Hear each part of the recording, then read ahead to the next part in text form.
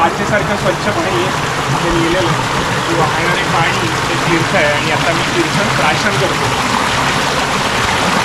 पावसचे जे स्वामी स्वरूपानंद आहेत ते इथलं पाणी पिण्यासाठी वापरायचे.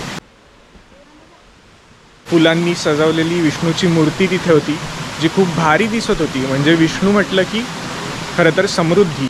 काही पावलांवर असलेला हा सगळा भाग तुम्ही बघू शकता. माझ्या मागचा भाग, माझ्या डोक्यावर पूर्णपणे त्या झाडांची कॅनोपी आहे. इकडून आपण आलेलो आहे. माझ्या मागच्या साईडला रत्नागिरीची दिशा आहे आणि तुम्ही बघू शकता की हे तिवरी बंदर आहे. या साईडला पुढे गणपतीपुळे, त्याच्यानंतर त्याच्या पलीकडे आरेवारे. अरे डायरेक्ट बटन दाबल्यावर चालूच होतं. बटन दाबलं की सुरू होतं. Okay okay. आय थॉट की काहीतरी असेल त्याच्यामध्ये वेगळं.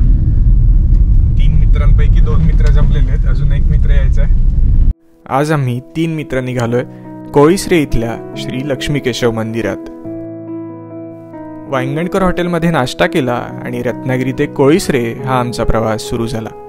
गणपतीपुळ्यापासून कोळीसरे हे गाव 16 किलोमीटर अंतरावर आहे, तर रत्नागिरी ते कोळीसरे हे अंतर 41 किलोमीटर इतकं आहे. दिवाळीचा सीझन सुरू असला तरीही मुसळधार पडणाऱ्या या पावसामुळे जुलै महिना सुरू आहे की काय असं वाटत होतं आणि पावसामुळे हिरव्यागार झालेल्या निसर्गरम्य रस्त्यावरून आमचा प्रवास सुरू होता.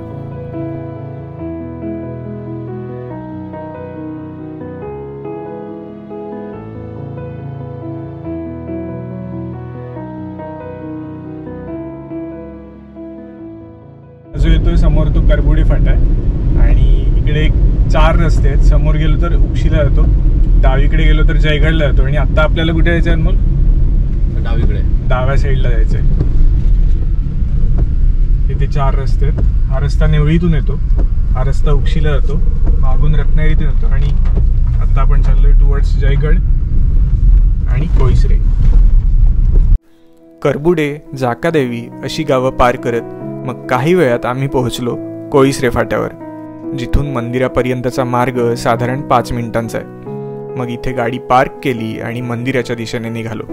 कोळीसरे गावात जाण्यासाठी मुंबई गोवा महामार्गावरून 2 फाटे आहेत. जर तुम्ही मुंबईच्या दिशेने येत असाल तर उक्षी करबुडे मार्गे इथे येऊ शकता, किंवा कोल्हापूरच्या दिशेने येत असाल तर निवळी मार्गे गणपतीपुळे रोडने कोळीसरे गावात येऊ शकता, किंवा मग आम्ही निघालोय तसं रत्नागिरी शहरातून व्हाया मिरजोळे, करबुडे अशा मार्गे कोळीसऱ्याच्या या लक्ष्मीकेशव मंदिरात पोहोचू शकता. तर आता आम्ही कोळीसऱ्याच्या लक्ष्मीकेशव मंदिरात आलोय. मंदिराच्या सुरुवातीला जिथे गाडी थांबते तिकडून मंदिरात जाण्यासाठीची वाट साधारण अशी आहे. थोडंसं उतरत जायचं आहे आणि तिथे खाली मंदिर आहे. त्या साईडला एक ओढा आहे. त्या ओढ्याबद्दल वरती माहिती लिहिली आहे आणि इथे या साईडला तो ओढा आहे. मला वाटतं की सध्या जो पाऊस पडला आहे त्याच्यामुळे या ओढ्याला पुन्हा पाणी आलेलं आहे. ह्याला पाणी का की 12 महिने असतं ओढ्याला.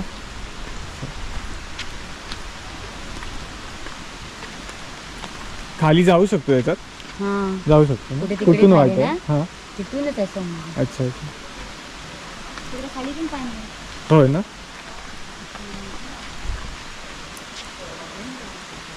थोड्याशा पायऱ्या उतरत खाली यायला लागतं. त्याच्यानंतर इथे 3 मंदिर आहेत. इकडे एक मंदिर आहे, इथे एक छोटंसं मंदिर आहे की काय आहे माहिती नाही. इथे मंदिर आहे, मला वाटतं की हे मुख्य मंदिर आहे. त्या साईडला एक मंदिर आहे. मंदिरात आल्यावर लक्षात आलं की इथे काही विधी सुरू आहेत. इथलं वातावरण शांत होतं. मग कळलं की इथला वार्षिक उत्सव कार्तिक शुद्ध दशमी ते पौर्णिमा अर्थात त्रिपुरी पौर्णिमेपर्यंत असतो आणि ही त्याचीच लगबग आहे. मग विष्णूच्या या मूर्तीचं दर्शन घेतलं, हात जोडले आणि मूर्तीकडे बघत उभा राहिलो. काळ्या दगडातली ही शिलाहार राजाच्या काळातली सुंदर मूर्ती फुलांनी सजवल्यामुळे अधिकच प्रसन्न दिसत होती.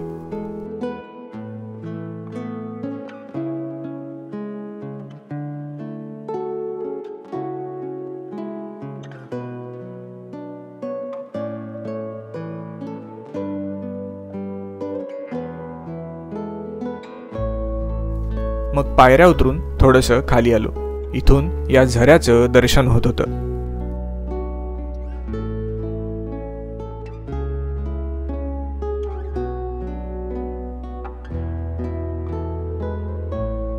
या मंदिराचा परिसर इतका भारी आहे की पूर्ण डोंगर उतारावरती हे मंदिर आहे.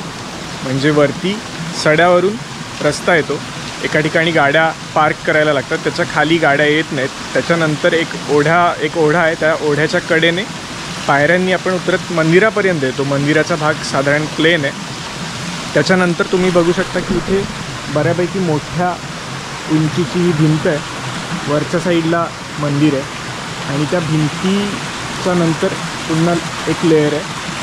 त्या लेअरनंतर पुन्हा काही पायऱ्या आहेत ज्या इकडून आपण उतरत येतो आणि नंतर पुन्हा एक प्लेन लेअर आहे. आणि इथे हा स्वच्छ पाण्याचा झरा आहे, जो झरा 12 महिने वाहत असतो आणि अक्षरशः म्हणजे तिथून ते पाणी येतं आणि काचेसारखं नितळ पाणी, स्वच्छ पाणी.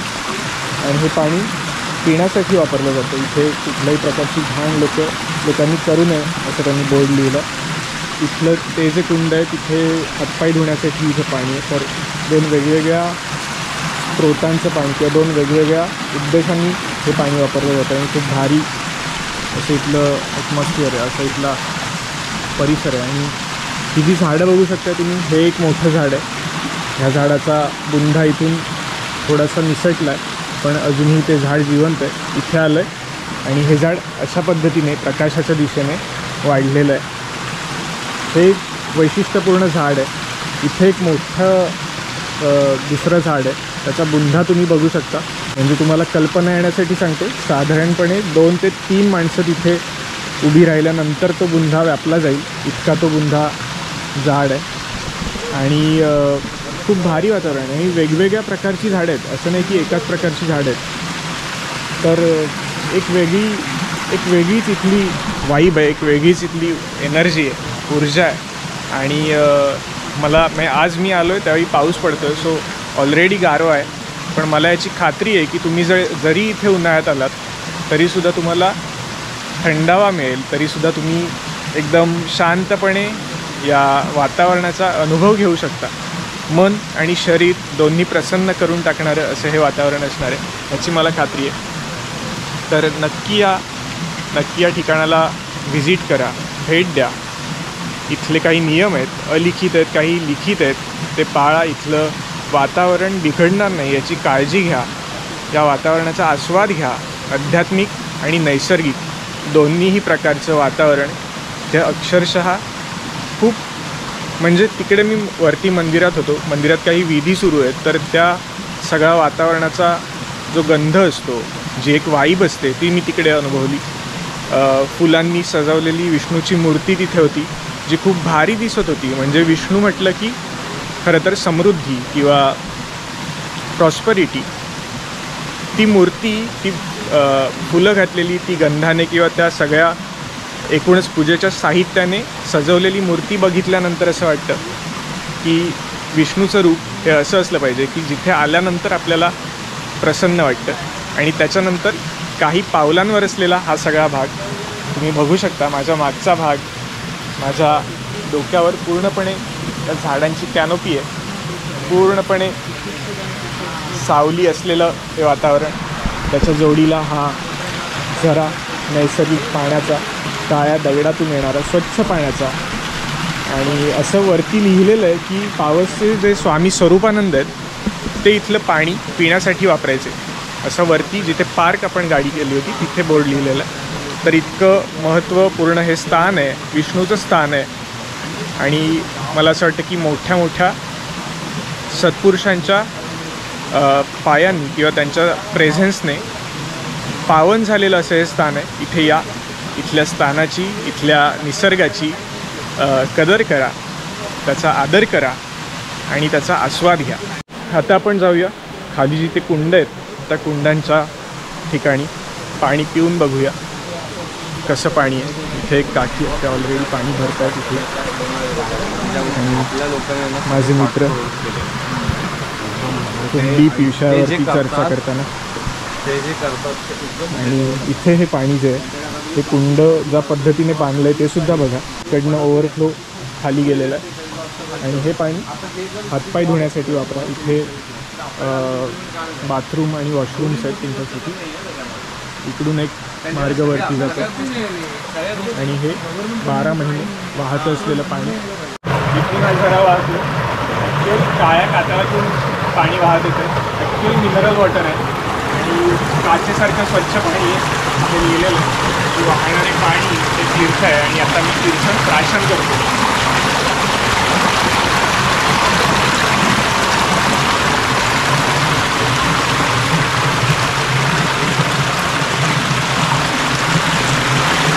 ज्या पायऱ्यांनी आम्ही खाली उतरलो होतो त्या पायऱ्यांनी परत न जाता या दुसऱ्या वाटेने मी आता वरती चाललो आहे. तिकडून येणारी वाट जिने आपण खाली उतरलो होतो आणि हा पुन्हा सगळा परिसर अतिशय प्रसन्न मन आणि शरीर करणारा हा परिसर.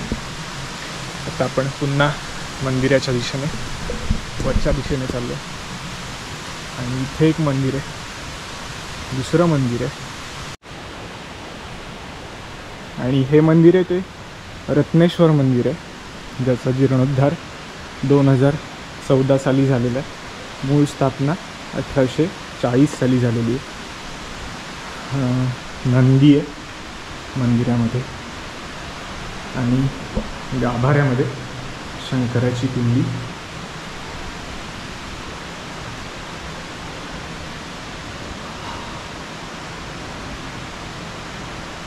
मागच्या साईडला गणपती आहे. इथे थोडा वेळ निवांत बसलो.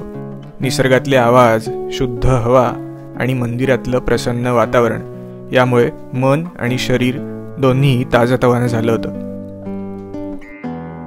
तुम्ही इथे येणार असाल तर राहण्याची सोय आणि भक्तनिवास याचे डिटेल्स स्क्रीनवर बघू शकता.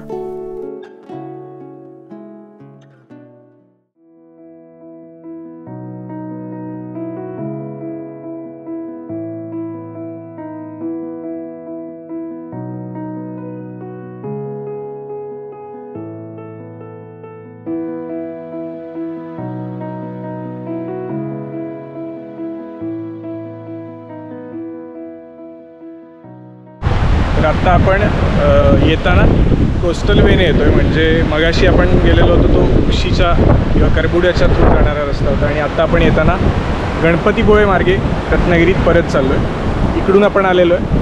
माझ्या मागच्या साईडला रत्नागिरीची दिशा आहे आणि तुम्ही बघू शकता की हे तिवरी बंदर आहे आणि रत्नागिरी तालुक्यातलं जी काही आयकॉनिक स्पॉट्स आहेत त्याच्यापैकी एक हा आयकॉनिक स्पॉट आहे. कारण इकडनं कडेने रस्ता येतो, तिथे एक जेटी आहे, तो एक धक्का आहे, तिथे तुम्ही जाऊ शकता, तिथे गाड्या पार्क करू शकता. आज थोडासा समुद्र खवळलेला आहे पण ज्यावेळी शांत समुद्र असतो त्यावेळी ही जागा, हा बीच खरंच खूप बघण्यासारखा असतो, खूप सुंदर दिसतो. या साईडला पुढे गणपतीपुळे, त्याच्यानंतर त्याच्या पलीकडे आरेवारे असे सगळे बीचेस आहेत. जर तुम्ही गणपतीपुळे किंवा आरेवारे साईडला येणार असाल तर थोडंसं पुढे येऊन तिवरी बीच नक्की एक्सप्लोअर करा. खूप सुंदर बीच आहे, खूप आयकॉनिक बीच आहे. याला एक मस्तपैकी शेप आहे या बीचला, थोडासा आत आलेला असा समुद्र आहे. ही सगळी ठिकाणं नक्की एक्सप्लोअर करा. आता रत्नागिरीच्या दिशेने आमचा प्रवास सुरू आहे आणि वाटेत मालगुण गाव लागतं. तर मालगुण गावाच्या इथे केशवसूत स्मारक आहे ज्याचा रील तुम्ही इन्स्टाच्या पेजवरती बघू शकता. थोडेसे पुढे गेल्यावर एक उजवीकडे रस्ता जातो, इथून 2 व्हीलर आहे तिथून, तर या साईडला इथून काही अंतरावर केशवसूतांचं स्मारक आहे. बघण्यासारखं स्मारक आहे की जिकडे त्यांच्या काही कविता लिहिलेल्या दिसतात आपल्याला, त्यांनी वापरलेल्या काही गोष्टी इथे आपल्याला बघायला मिळतात. तुम्ही जर गणपतीपुळ्याला येणार असाल तर इथे नक्की व्हिजिट करा. गणपतीपुळ्याच्या मंदिरापासून अगदी 5 ते 10 मिनिटांवरती हे ठिकाण आहे. तर आत्ता आपण आरेवारेच्या समुद्रकिनाऱ्यावरती आलेलो आहे. रत्नागिरीकडे परत जाताना माझ्या उजव्या साईडला समुद्र आहे आणि हा एकदम आयकॉनिक स्पॉट आहे, खूप व्हायरल स्पॉट आहे.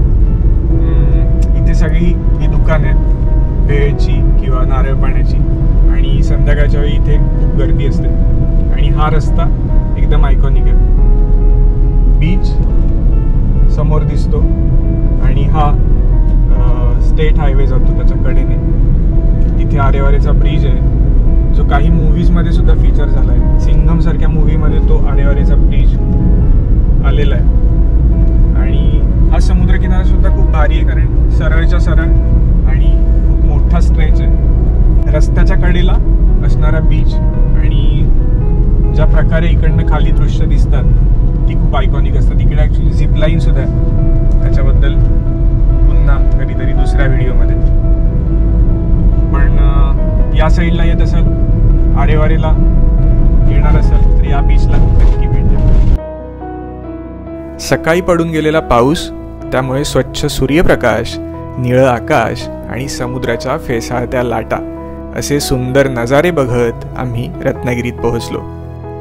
हे प्रवास वर्णन तुम्हाला कसं वाटलं हे कमेंट्समध्ये नक्की सांगा. तुम्हाला अशीच काही स्थानं, अशीच मंदिरं, अशीच ठिकाणं माहिती असतील तर तेही कमेंट्समध्ये सांगा. व्हिडिओ आवडला असेल तर लाईक करा आणि चॅनेलला सबस्क्राईब करा. धन्यवाद.